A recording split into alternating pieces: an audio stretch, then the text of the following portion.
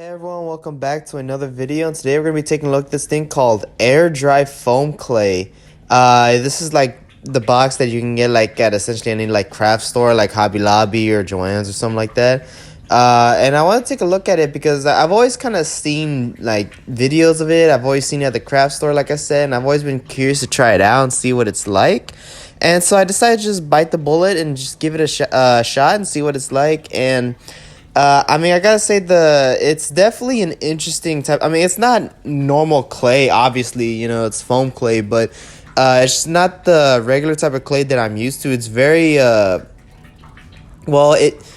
I don't really know how to describe it per se, but it just seems, very different is the best way I could describe it. I know it's not a very good description, but yeah, I mean, it's like when you open it, because it comes in like the container, but then inside the container is a Ziploc bag, and that's to keep it from drying out.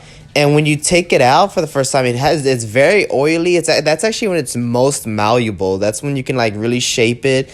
But within seconds, it almost starts to dry and like kind of, well, because like first you're supposed to like knead it and all that stuff. But then once you finish doing that process, then it's like it almost like all the oily feeling of it just kind of dries up immediately, and it starts to become more like kind of Sculpey's type of clay.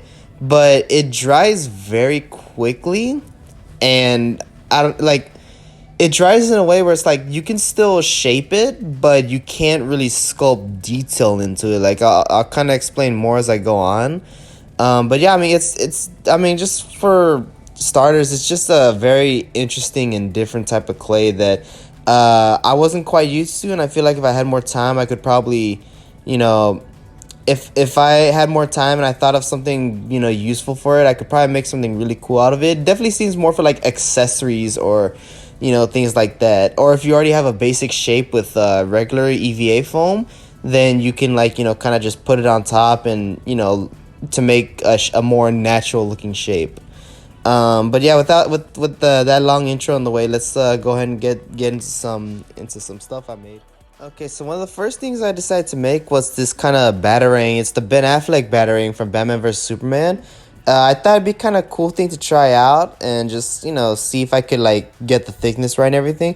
Ended up coming out a lot flatter than I was hoping it would be, but it's just like I said, it's just kind of a trial run.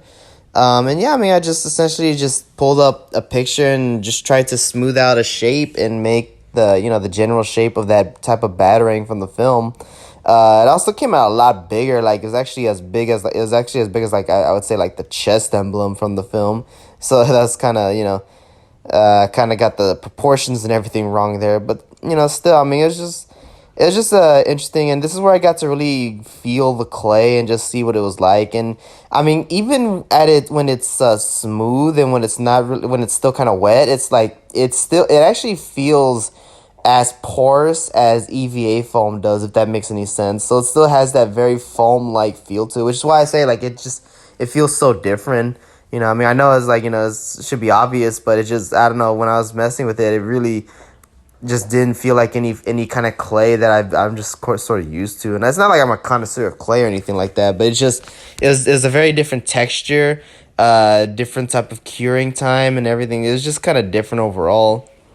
And I would say, like I said, I think that for this type of clay, you're better off sculpting out of shape, like a general specific shape. And then if you want to sculpt details into it, unless it's like a simple like drawing lines onto it, to leave the sort of more intense sculpting, the intense details for if you have a Dremel or some kind of cutting tool, for when it's like semi-dry. Because I just found that this is, when you try to sculpt it while it's wet, you could get some shapes and some lines, but unless you're really digging into the clay, it doesn't really leave a lot of the desired textures that you want, like a lot the desired details that you want. And it's just, I don't know, it's very weird. Like, I don't know, it's just very different. So after that Batarang logo, made a shuriken off the side, but then I really wanted to test out the clay, and I decided to try and do like a sort of a Hammond collection scaled Velociraptor, but specifically the one from Jurassic Park 3. This is before I actually got the actual Hammond Collection figure, in real life. So this is like much before that. But yeah, I mean, like I said, I was just trying to see how well I could really sculpt this. This is where I've kind of ran into a lot of the issues with detailing stuff like that. But yeah, I kind of sculpted it the way I normally do the sculpt, like, clay type figures and stuff like that. I put some clay on top, and I tried, because I knew that the clay kind of cures in a weird way. I tried to put details as I went along, but I eventually gave up on that because it was proving too difficult to kind of keep up with, so I decided to just kind of give up on that. But here, and we kind of painted, I actually use this stuff called Plastidip. I'll try and fit a picture in here if I can, but Plastidip, I coated it with a couple layers of that, and then I gave it a base coat of white and started putting in the colors that I kind of saw from like photos and stuff like that, just like yellows, browns, grays, dark yellows, and obviously reds and blues for like specific areas and like the feet in the eyes. And I essentially just try to keep that look, that kind of look of the Jurassic Park 3 Raptor. And again, like I think, as I said in an unboxing video before this, I mean, I know it's very weird looking. I wasn't trying to really go for accuracy here, mainly because I couldn't really. The clay didn't really allow me to do that, at least because, like I said, it was just very different. I'm sure if I gave myself a better time management and, like, now that I have a better idea of how this clay works, I could probably do something a little better. But it's just, I think for this, I'm just going to leave this more for like accessories or things like that. It's something that, like, doesn't require too much detailing right off the bat, whereas this doesn't really work very well. But here, just taking a look at some pictures, I mean, again, you can just see it's not my best work. It's not even close, but I tried with it, and I think it still came out pretty decent. Just a little kind of gag type of figure. All right, so I did want to talk about some specific things about this little Raptor in particular. So because there's a wire armature in there, it is able to bend and pose. The thing about the clay, though, is that it doesn't stop as far as I know, it doesn't stop drying. If you leave it untouched, like, it will keep drying until it's completely rock hard. So the thing is, if you want to keep it in that sort of EVA foam kind of feel, you have to cover it in Plastidip. Originally, I tried using Mod Podge, but that only proved to be a temporary solution. The pieces that I showed earlier, like the Batarang, and then the little spiky ball I showed from like a picture earlier, those I used Mod Podge, and they actually still grew really hard to the point where they cracked and broke apart. And so this I used Plastidip, and I probably could have used a couple more coats. I think there were some holes within the figure itself, and so it caused the clay to kind of stiffen to the point where, like, it caused a bunch of cracks every time I try to pose it. And so it's still bendable, but there's just some parts that grew too brittle and it broke. And so that's just something to keep in mind, is that you want to use Plastidip, and you want to, like, just make sure that it's coated in several coatings so that it doesn't, the clay doesn't dry out and break on you if you're trying to use it for like specific purposes.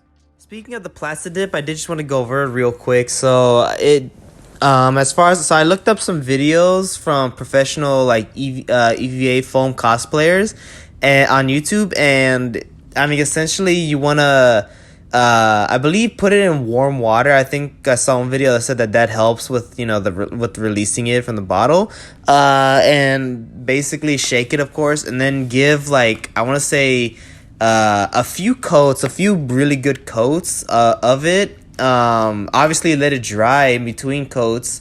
But yeah, and make sure you're doing it at, like, I believe it was 6 inches away. Just, like, give it a good distance. You don't want to do it too close, because if you do too close, it'll bubble up and cause a lot of unnecessary textures. Although if that is a desired look you want to go for, you can go for that. But yeah, I mean, just overall, it's like spraying paint in a way. Just make sure you're being safe and smart, and you're in a well ventilated area or outside. And it works pretty well, and it's paintable. I found that I could put just the plain acrylic paints on there, and it worked perfectly. So that about does it for this video. Again, I think the clay itself, I think if I keep practicing with it, I'll get some better results. I think it's a different type of material, so I'm just not used to it. But overall, it's still pretty cool to work around with. And I definitely do have some ideas of what I want to do with it. But I appreciate y'all for watching. And if you want to check out more stuff, I have an Instagram page, Giovanni Arts Collectibles. And definitely check that out to see some of my hobbies. But again, appreciate y'all for watching. Y'all have a great day. Bye.